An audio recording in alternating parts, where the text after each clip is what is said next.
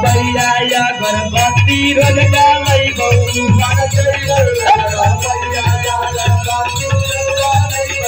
बन गई बहु जबगा भैया या गणपति रोजगा लई बहु बन गई बहु जबगा भैया या गणपति रोजगा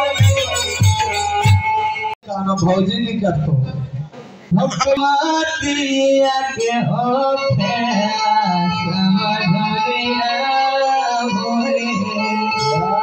जय हो जय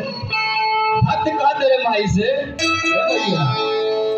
कि भोर भीनु सरवा मंदिर थोबे करमौ अहे के थोबे करमौ कहल ये काट के बोले तवा से कर नवाने दे